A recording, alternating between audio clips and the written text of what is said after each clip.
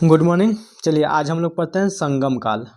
संगम शब्द का अर्थ परिषद या गोष्ठी होता है। संगम की शाब्दिक अर्थ होता है साहित्यकारों की सभा। तमिल साहित्य का संकलन करने के उद्देश्य से संगमों का आयोजन किया गया। तमिल साहित्यों का संकलन करने के उद्देश्य से संगमों का आयोजित किया गया। पांड्य शासक के संरक्षण में 3 संगम आयोजित किए गए। संगम साहित्य में हमें दक्षिण के तीन राज्य पांड्य, चोल तथा चेरी की जानकारी मिलती है। प्रथम संगम स्थान मदुरई, अध्यक्ष थे ऋषि अगस्त्य। इस संगम की एक भी पुस्तक प्राप्त नहीं होती। अगस्त्य ऋषि एवं ब्राह्मण खेदिनय को वैदिक परंपरा को दक्षिण भारत में ले जाने का श्रेय दिया जाता है। द्वितीय संगम स्थान हुआ था कपाटपुरम, वर्तमान में अल्बे में है, जो समुद्र में विलीन हो चुका है। इसके भी अध्यक्ष अगस्त्य ऋषि थे।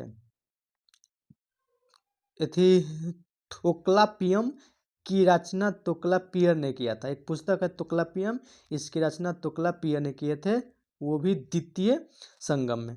तृतीय संगम का स्थान था उत्तरी मदुरै, इसके अध्यक्ष थे नकलीरार।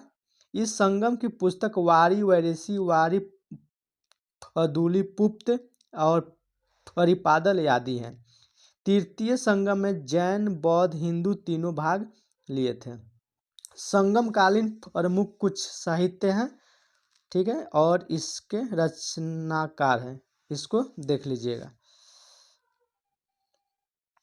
अगला इसका शासक थे चेर। चलिए हम लोग आज चेर के बारे में हम लोग पढ़ते हैं। चेरों ने आधुनिक राज्य केरल के मध्य और उत्तरी हिस्से तथा तमिलनाडु के कोंडू क्षेत्र को नियंत्रित किया। उसकी राजधानी वाजी थी। चेरों का प्रतीक चिन्ह धनुष और बाण था। चेरों का प्रतीक चिन्ह धनुष और बाण था। ईसा की पहली शताब्दी के पुलगुल शिलालेख से चेर शासकों की 3 पीढ़ियों की जानकारी मिलती है। चेरों के सबसे महान राजा सेंगुटुवन या सेगुटुवन थे, जिन्हें लाल या अच्छे चीर भी कहा जाता है। संगुटुवन या सगुटुवन न चेर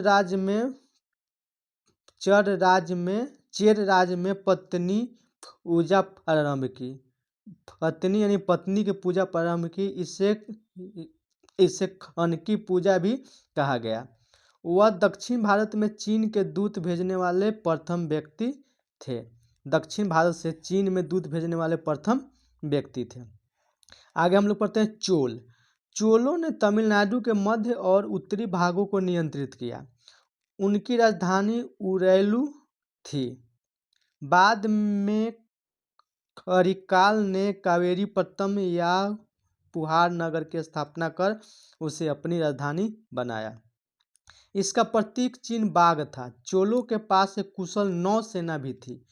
चोल राजाओं में राजा करिकाल सर्वाधिक महत्वपूर्ण शासक था। विभिन्न संगम साहित्य के कविताओं में वेनिन के युद्ध का उल्लेख मिलता है। इस युद्ध में करिकाल ने पांडव तथा चेर सहित 11 राजाओं को पराजित किया। करिकाल ने पुहार या कावेरीपट्टम शहर की स्थापना की और अपनी राजधानी उदयपुर से कावेरीपट्टम में स्थापित किया। उसके बाद थे पांड्य। पांड्य ने मदुरई से शासन किया। कोरकई इसकी प्रारंभिक राजधानी थी। पांड्य वंश का प्रतीक चिन्ह मछली थी। उन्होंने तमिल संगमों का संरक्षण किया और संगम कविताओं के संकलन की सुविधा प्रदान की। शासकों ने एक नियमित सेना बनाई रखी। संगम साहित्य के अनुसार पांड्य राज धनी और समृद्ध था। पांड्यों का पहला उल्लेख मेगास्थनीज ने किया था। उन्हें इस राज को मोतियों के लिए प्रसिद्ध बताया था। एथिकलभर्स नामक जनजाति के आक्रमण के साथ उनकी शक्ति का क्षय हुआ। नक्टिकोडन संगम युग का अंतिम ज्ञात पांड्य शासक था।